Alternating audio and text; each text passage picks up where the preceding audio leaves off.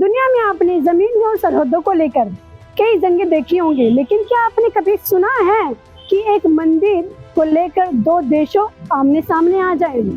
जी हाँ, थाईलैंड और कंबोडिया के दो देश अब आमने सामने हैं।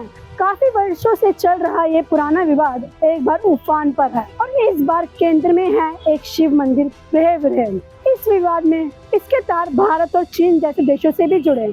क्या इस मंदिर की पूरी कहानी और क्यों बना ये मंदिर अंतर्राष्ट्रीय राजनीति का हिस्सा, आइए जानते हैं हमारी इस रिपोर्ट में। मैं हूं आपके साथ हर्षिता जिंदल, आप देख रहे हैं RN TV का डिजिटल प्लेटफॉर्म। एक शिव मंदिर 500 मीटर ऊंची चट्टान पर बना और अब बना दो देशों के बीच विवाद की जड़। कंबोडिया और थाईलैंड एक बार फिर आमने सामने हैं। वजह विरेव मंदिर। कभी खमेर साम्राज्य का हिस्सा रहा ये मंदिर आज कंबोडिया के विरार प्रांत में है, लेकिन थाईलैंड इसे अपना क्षेत्र बताता है। इतिहास और भूगोल की खींचतान ने इसे कूटनीतिक टकराव का केंद्र बना दिया है।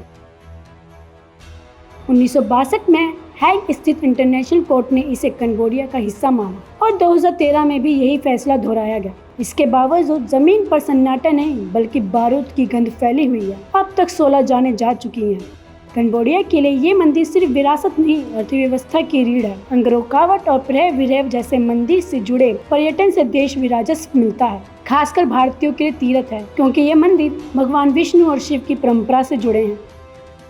लेकिन सवाल सिर्फ थाईलैंड और कंबोडिया का नहीं है। इस पूरे क्षेत्र में, जिसे इंडो चाइना प्रायद्वीप कहा जाता है, पर भारत और चीन दोनों की रणनीतिक नजर है। यहाँ की भूमि, सांस्कृतिक, समुद्री मार्ग और सभ्यता सब कुछ अहम है। थाईलैंड से लेकर कंबोडिया तक भारतीय सांस्कृतिक की गूंज है। यहाँ आज भी रामलीला होती है, सांस्कृतिक मूल का नाम है और मंदिरों में भारत की छाप साफ दिखती है। थाईलैंड के राजा को विष्णु का अवतार माना जाता है। कंबोडिया में शिव की उपासना की परंपरा है। थाईलैंड ने जहाँ पर्यटन से गरीबी मिटाई, वहीं कंबोडिया ने अपनी ऐतिहासिक धरोहर से विश्व को आकर्षित किया। लेकिन ये धरोहर ही नहीं, दोनों देशों के बीच की तनाव की वजह बन गई है।